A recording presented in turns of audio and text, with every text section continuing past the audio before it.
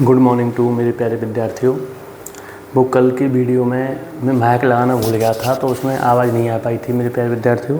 तो आज देखिए, और आप क्वेश्चनों को मैंने उसमें स्टेप बाय स्टेप पूरे क्वेश्चन बताए, दोनों क्वेश्चनों को समझाया है। तो आप पूरी वीडियो एक बार देख के आवाज़ नहीं आ रही फिर भी क्वेश्चनों को समझ सकते हो, कोई दिक्कत वाली बात नहीं है। अब आगे देखिए, क्वेश्चन नंबर हम 7 पर पहुँचते हैं। क्वेश्चन नंबर 7 समझिए, क्वेश्चन नंबर 7 और एक्सरसाइज हमारी चल रही है 7.1। तो इसमें देखिए इसे क्वेश्चन को, ये इसका इस तरह से फिगर बना हुआ है ए पी बी, इस तरह से फिगर बना हुआ है।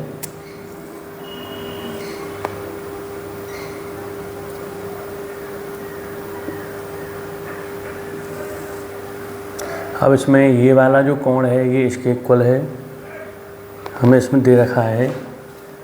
क्या क्या दे रखा है ये देखिए, P is the mid point of A B, ये इसका मिड पॉइंट है तो ये वैल्यू इसके इक्वल हो गई।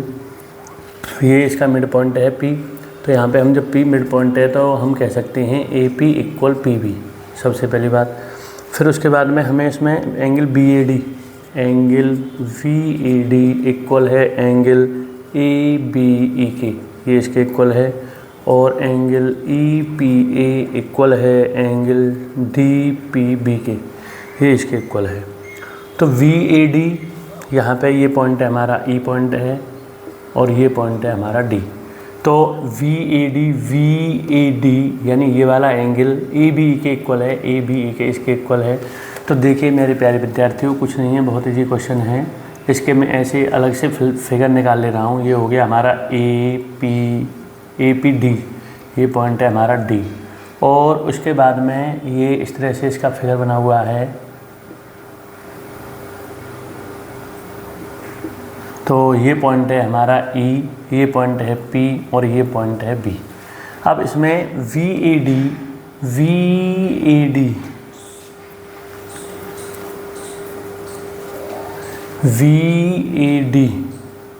ये वाला एंगल जो है ये इक्वल है AVE के इक्वल है। तो इस VAD को हम कह सकते हैं, VAD एंगल को हम PAD भी तो कह सकते हैं, एंगल PAD। और AVE एंगल को हम PVE एंगल भी तो कह सकते हैं मेरे प्यारे विद्यार्थियों, बात सही है। VAD इसको हम कह सकते हैं PAD और AVE को हम कह सकते हैं PVE, ये कह दिया हमने जो है। अब उसके बाद इसमें AP जो है ये इसके इक्वल है। और देखिए PAD ये वाला एंगल जो है इक्वल है PVE के इसके इक्वल है। और हमें ये दे रखा है इसमें, और यहाँ पे लिख ले रहा हूँ AP जो है इक्वल है PB के। ये बात हमें कहाँ से प्राप्त हुई, गिवन।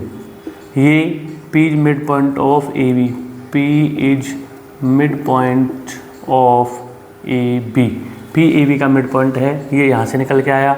और तीसरा पॉइंट यहाँ पे ये आ गया, इसे उतार ले रहे हैं, angle EPA equal angle DPB। तो EPA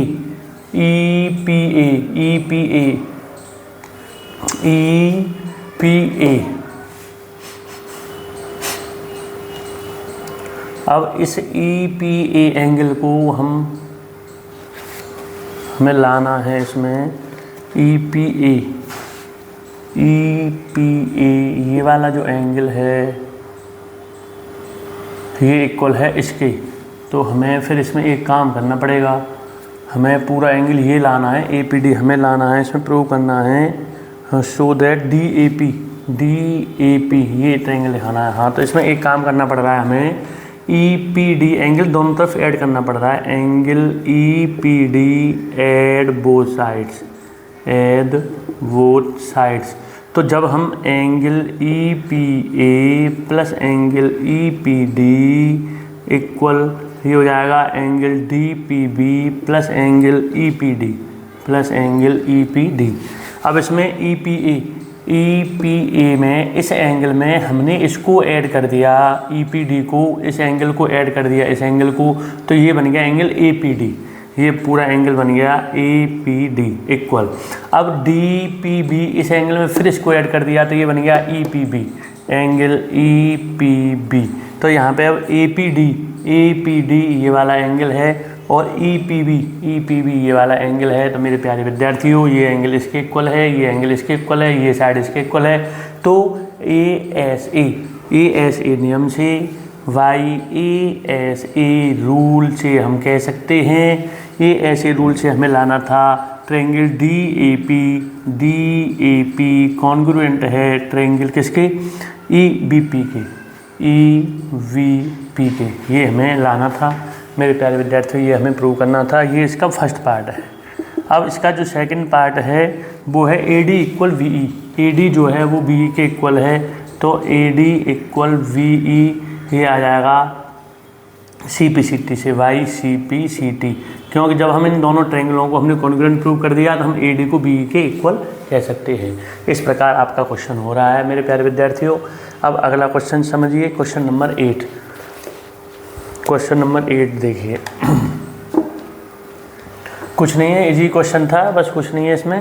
ये एंगल इसके इक्वल दे रखा है, ये एंगल इसके इक्वल दे रखा है, पी इसका मिड पॉइंट दे रखा है। तो मैंने क्या किया, ये एंगल इसके इक्वल हो ही गया ये तो नॉर्मली। अब इसमें ये इसका मिड पॉइंट है तो ये वैल्यू इसके इक्वल हो जाएगी। अब इसमें इस एंगल को इसमें ऐड कर दिया है तो ये एंगल ए पी डी बन गया, इस एंगल को इसमें ऐड कर दिया है तो ये एंगल वी पी ई बन गया। बस ये इसमें कार्य हुआ है। और हमें इसमें जो गिवन था वी ए डी एंगल है, अब जैसे ये साइड पूरी यहाँ से यहाँ तक आ रही है वी ए डी, तो इस एंगल का नाम हम पी ए डी भी कह सकते हैं। ऐसे ही ए बी ई, इस एंगल का नाम पी बी ई भी कह सकते हैं, वही मैंने कहा है क्वेश्चन में। एक तो ऐसे कह दिया और इसको इसमें ऐड करके ये पूरा एंगल प्राप्त हो गया हमें। तो ये ए पी डी ये इक्वल हो गया किसके, वी पी ई के। और अलग मैंने फिगर निकाल दिए हैं। आप अलग इस तरह से फिगर निकाल करके आप देख सकते हो कि कौन सी साइड के इक्वल है, कौन सा एंगल कौन से एंगल के इक्वल है, उससे क्लियर हो जाएगी सारी चीज़ें, उसमें दिक्कत नहीं आएगी उस क्वेश्चन को समझने में और रूल को समझने में, उसमें कौन सा रूल लग रहा है। तो अब क्वेश्चन नंबर 8 समझिए, देखिए।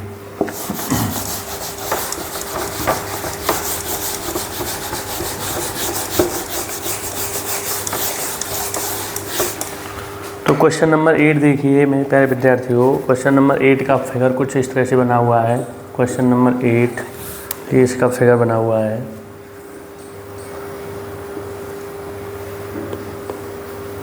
ये है बी पॉइंट, ये है डी पॉइंट, ये है सी पॉइंट और ये है ए पॉइंट। अब इसमें इसको इससे मिला दिया, इसको इससे मिला दिया और ये है हमारा एम पॉइंट। अब इसमें in right angle A B C यहाँ पर राइट एंगल है इन, और at right angle at C, इस पर राइट एंगल है, यानी ये 90 डिग्री का एंगल है। उसके बाद में M is the mid point of hypotenuse A B, इसका ये एम मिड पॉइंट है, यानी ये इसके इक्वल है साइड। तो यहाँ पे हम कह सकते हैं वी एम जो है वो हमारी इक्वल है एम ए के। आगे बढ़ते हैं। अब ये कह रहा है सी जॉइंट टू एम, सी को एम से जॉइन कर दिया गया है। फिर उसके बाद produced to a point D, और इसको पॉइंट डी तक प्रोड्यूस किया गया है।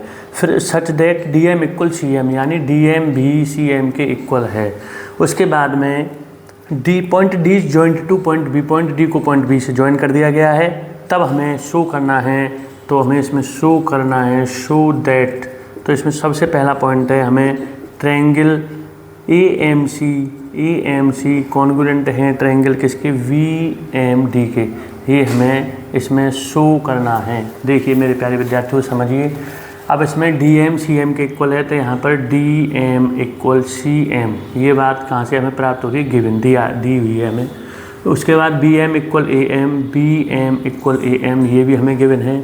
और ये एंगल इसके इक्वल हो जाएगा वर्टिकल अपोजिट एंगल से। जब दो लाइन इंटरसेक्ट करती हैं तो ये एंगल इसके इक्वल होता है और ये वाला एंगल इसके इक्वल होता है, वर्टिकली ऑपोजिट एंगल, और हिंदी में बोलते हैं इनको शीर्षाभिमुख कोण। तो अब इसमें बी एम जो है हमारा ये किसके इक्वल हो जाएगा, ए एम के इक्वल हो जाएगा। अब इसमें ये एंगल इसके इक्वल है, तो इस एंगल की वैल्यू होगी angle B M D, angle V M D, और इस एंगल का नाम हो गया एंगल ए एम सी। तो ये एंगल इसके इक्वल हो गया इसमें। अब यहाँ पे इसको लिख सकते हैं वर्टिकल ऑपोजिट एंगल या शीर्षाभिमुख कोण।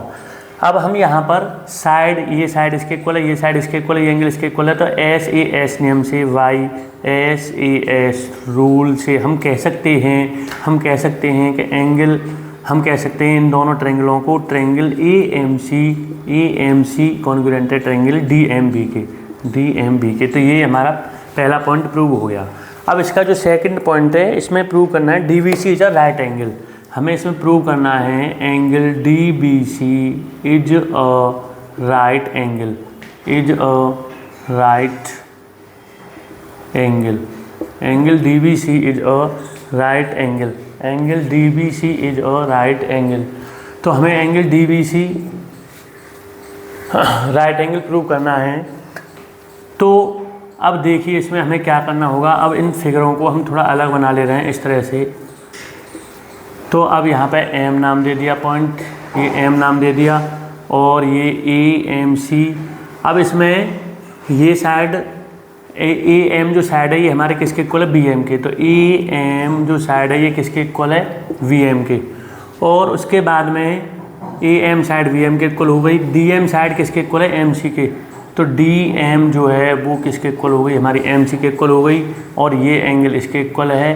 अब इसमें ये दोनों फिगर मैंने इसलिए अलग निकाले हैं क्योंकि मैं ये कॉन्ग्रुएंट करने के बाद में मैं ये कार्य करने जा रहा हूँ, ये एंगल इसके इक्वल है भाई CPCT से। अब मैं तुम्हें ये बताना चाह रहा हूँ यहाँ पर कि यही एंगल इसके इक्वल क्यों है। ये एंगल भी तो इसके इक्वल हो सकता है, लेकिन यही एंगल इसके इक्वल है, इसलिए इक्वल है। आप यहाँ पे देख सकते हो इस एंगल का नाम है BDM। तो VDM देखो, VDM ये वाला एंगल हो गया। अब उसके बाद में ये इसका करस्पॉन्डिंग एंगल कौन सा है, ये वाला। अब ये वाला एंगल आप चेक कर सकते हो उसमें कौन सा है, ये ACM ये वाला एंगल है। तो ये एंगल इसके इक्वल होगा, ना कि इसके इक्वल। अब हमें इसकी ज़रूरत पड़ रही है इसलिए मैंने ऐसा किया है। तो आप यहाँ पे अलग फिगर निकाल करके उसको बना करके हम ये देख सकते हैं कि कौन कौन से एंगल करस्पॉन्डिंग है।